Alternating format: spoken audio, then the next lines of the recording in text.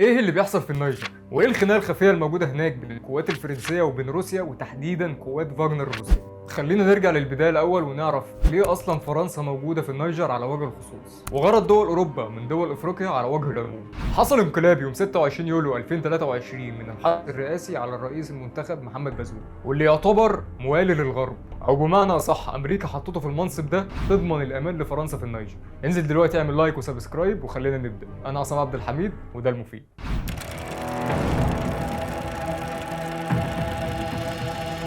طب ليه فرنسا اصلا موجوده في النيجر؟ النيجر هي رابع اكبر دوله في العالم انتاجا لليورانيوم، واللي فرنسا بتستخرجه او بمعنى اصح بتسرقه، واللي يعتبر وقود لتشغيل المفاعلات النوويه وصناعه الاسلحه النوويه وتوليد الكهرباء في فرنسا. يعني حرفيا فرنسا منوره بسبب النيجر بنسبه 35%، و70% من اليورانيوم اللي مستخدم في المفاعلات النوويه جاي من النيجر، على حسب كلام مجلة التايمز. برغم انها مش الدولة الاولى في انتاج اليورانيوم، لان في دول زي اوزبكستان وكازاخستان بينتجوا اليورانيوم بشكل اكبر، الا انهم ليهم علاقات مع روسيا، مسنودين يعني. فالنيجر بالنسبة لفرنسا هي أنسب دولة، لأنها بتديها احتياجاتها من اليورانيوم ببلاش، أو بمعنى صح عشان ملهاش ظهر، واللي بيتم استخراجه بدون تأمين وبدون حماية وبدون إعلام المواطنين وبدون عائد اقتصادي للنيجر. لو أنت فاكر إن فرنسا ما عندهاش مناجم يورانيوم عشان كده راحت للنيجر، تبقى غلطان، لأن فرنسا كان عندها أكتر من 230 منجم، ولكن اتقفلوا بقرار من مجلس النواب بسبب التلوث الناتج عن استخراجه،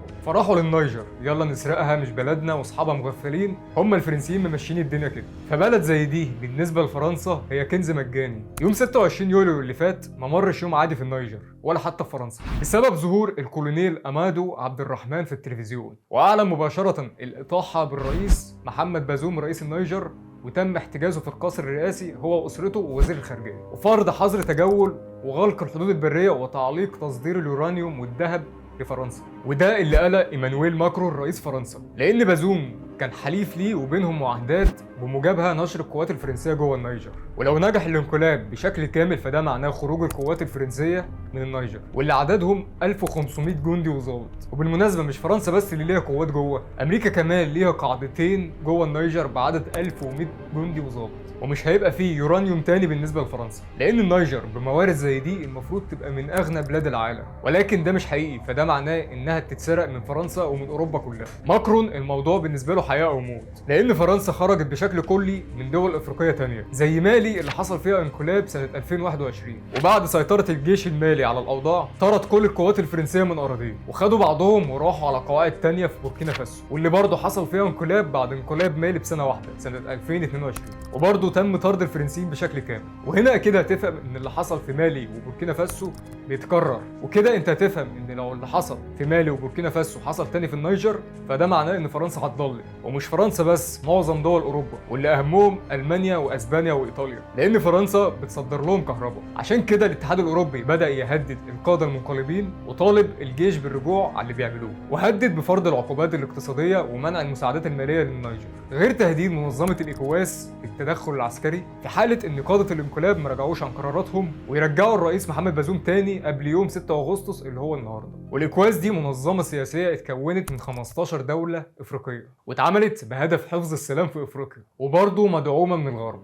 ومش روسيا بس اللي دعمت الانقلاب النيجيري، لان في 3 اغسطس اعلنت وزيره الخارجيه السنغاليه انهم هيبعتوا قوات سنغاليه لدعم النيجر في حاله اي تدخل عسكري من الايكواس. طب هل لروسيا علاقه باللي بيحصل؟ لحد دلوقتي مفيش ظهور مباشر لروسيا، بس بعد تهديد الايكواس ضد قوات النيجر طلع يفجين بروجين قائد قوات فاغنر الروسيه في تسجيل صوتي، ووصف الانقلاب ده انه خبر مفرح بالنسبه له. ومش كده وبس، ده عرض خدماته عن طريق نشر قواته في العاصمه نيامي لنشر الامان في حاله اي تدخل عسكري من الايكواس. التصريح ده عطى احتماليه لامريكا وفرنسا بتورط روسيا في الانقلاب، عشان روسيا تنشر نفوذها اكتر في افريقيا او حتى تاخد مكان فرنسا، ده غير رفع حشود من الشعب النيجيري علم روسيا. وحتى لو قوات فاغنر ساعدت النيجر من التخلص من الهيمنه الفرنسيه فده مش هيبقى مجاني، وخليك عارف ان روسيا بتشوف مصلحتها فين وبتحشر نفسها. الروس ماشيين الشغلانه كده، كله بيدور على مصلحته. امريكا او فرنسا او حتى روسيا عارفين قيمه ثروات افريقيا، فبالتالي بيشغلوا الحكومات والشعوب من خلال دعم المتمردين عشان يخلقوا حاله فوضى وينهبوا ثرواتها براحتهم.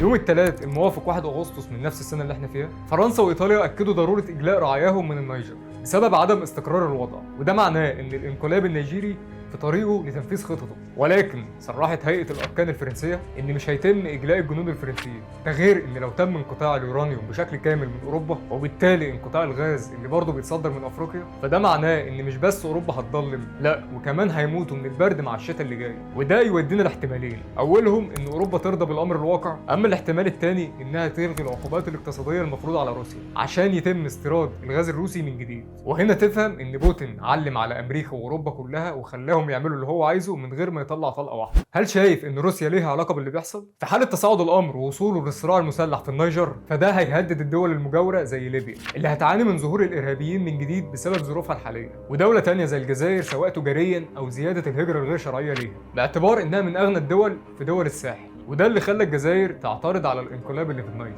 ده غير ان النيجر تعتبر ممر منها لباقي دول افريقيا. وحتى السودان اللي بالرغم انها ملهاش حدود مباشره مع النيجر، بس بينهم روابط عرقيه ومذهبيه، ده غير ان السودان مش مستقره حاليا بسبب الصراع اللي بين حميدتي والبرهان. لحد دلوقتي الاوضاع في النيجر مش مستقره، وربنا يحفظ بلادنا وبلاد المسلمين.